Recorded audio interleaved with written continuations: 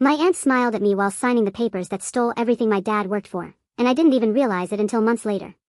I remember that day too clearly.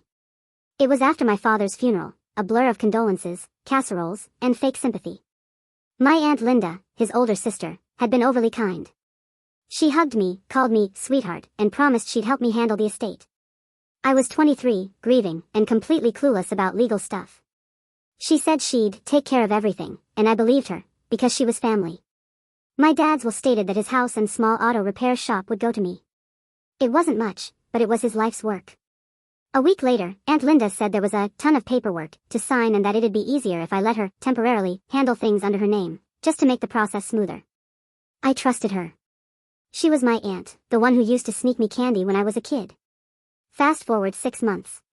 I'm driving by the shop one afternoon and see a huge sign, Linda's Auto Care, grand opening.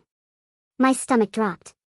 I went inside, and there she was, smiling like she owned the world. Because, technically, she did. When I confronted her, she shrugged. "It's just business, dear. You're young, you'll bounce back."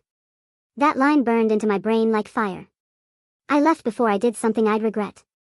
I didn't have money for lawyers, so I did what any broke, angry millennial would do. I researched. Nights turned into weeks of reading about property law and inheritance rights. Turns out, the temporary transfer she'd convinced me to sign was actually a full ownership document. But here's where her greed made her sloppy. She forged one of the required witness signatures. So, I gathered evidence, digital copies, old texts, and even an old email where she bragged about outsmarting me to one of her friends. Then I turned it all over to a local legal aid office. They loved the case. Within a few months, she was facing charges for fraud and forgery. But the real karma wasn't the legal battle, it was what came after.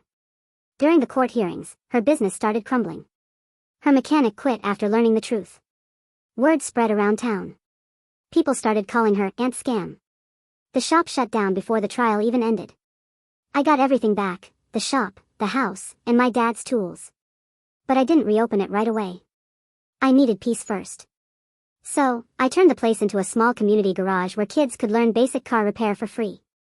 The look on Linda's face when she drove by one day, watching people smiling and helping each other where her greed once lived, was the real payoff. Karma didn't need my help.